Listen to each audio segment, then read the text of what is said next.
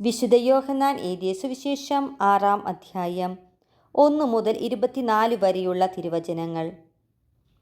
യേശു തിബേരിയാസ് എന്നുകൂടി വിളിക്കപ്പെടുന്ന ഗലീലി കടലിൻ്റെ മറുകരയിലേക്ക് പോയി.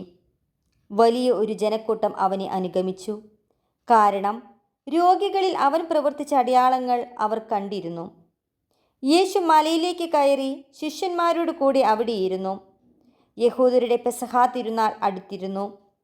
യേശു കണ്ണുകൾ ഉയർത്തി ഒരു വലിയ ജനതതി തൻ്റെ അടുത്തേക്ക് വരുന്നത് കണ്ടു.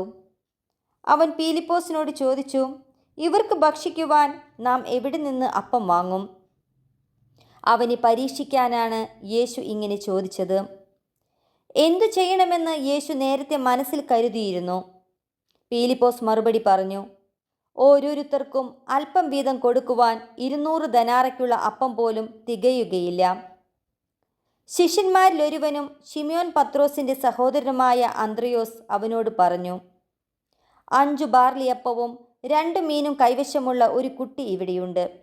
എന്നാൽ ഇത്രയും പേർക്ക് അതെന്തുണ്ട്? യേശു പറഞ്ഞു, ആളുകളെയെല്ലാം ഭക്ഷണത്തിനിരുത്തുവിൻ.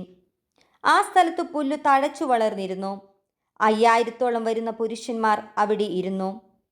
അനന്തരം യേശു അപ്പമെടുത്ത് കൃതജ്ഞതാസ്തോത്രം ചെയ്ത് അവർക്ക് വിതരണം ചെയ്തു. അതുപോലെ തന്നെ മീനും വേണ്ടത്ര നൽകി. അവർ ഭക്ഷിച്ച് തൃപ്തരായപ്പോൾ അവൻ ശിഷ്യന്മാരോട് പറഞ്ഞു, ഒന്നും നഷ്ടപ്പെടാതെ മിച്ചമുള്ള കഷ്ണങ്ങളെല്ലാം ശേഖരിക്കുവിൻ.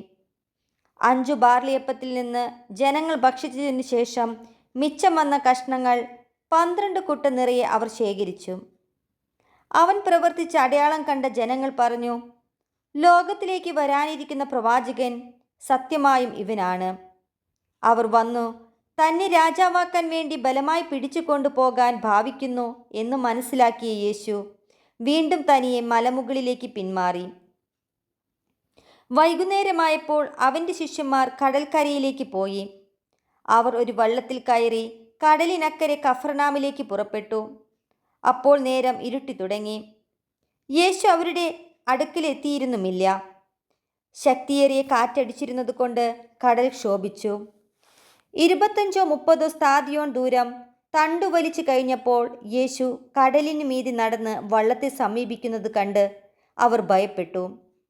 അവൻ അവരോട് പറഞ്ഞു, ഞാനാണ്, ഭയപ്പെടേണ്ട. അവന് വള്ളത്തിൽ കയറ്റാൻ അവരാഗ്രഹിച്ചു. പെട്ടെന്ന് വള്ളം അവർ ലക്ഷ്യം വെച്ചിരുന്ന കരയ്ക്കെടുത്തു.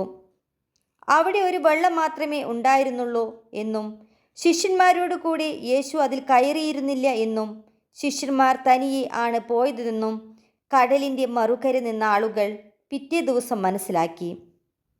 കർത്താവ് കൃതജ്ഞതാസ്തോത്രം ചെയ്ത് നൽകിയ അപ്പം ജനങ്ങൾ ഭക്ഷിച്ച സ്ഥലത്തിനടുത്തേക്ക് തിബേരിയാസിൽ നിന്ന് മറ്റു വള്ളങ്ങൾ വന്നു. യേശുവോ ശിഷ്യന്മാരോ അവിടെ ഇല്ലെന്ന് കണ്ടപ്പോൾ ജനക്കൂട്ടം വള്ളങ്ങളിൽ കയറി യേശുവിനെ തിരക്കി കഫർനാമിലെത്തി.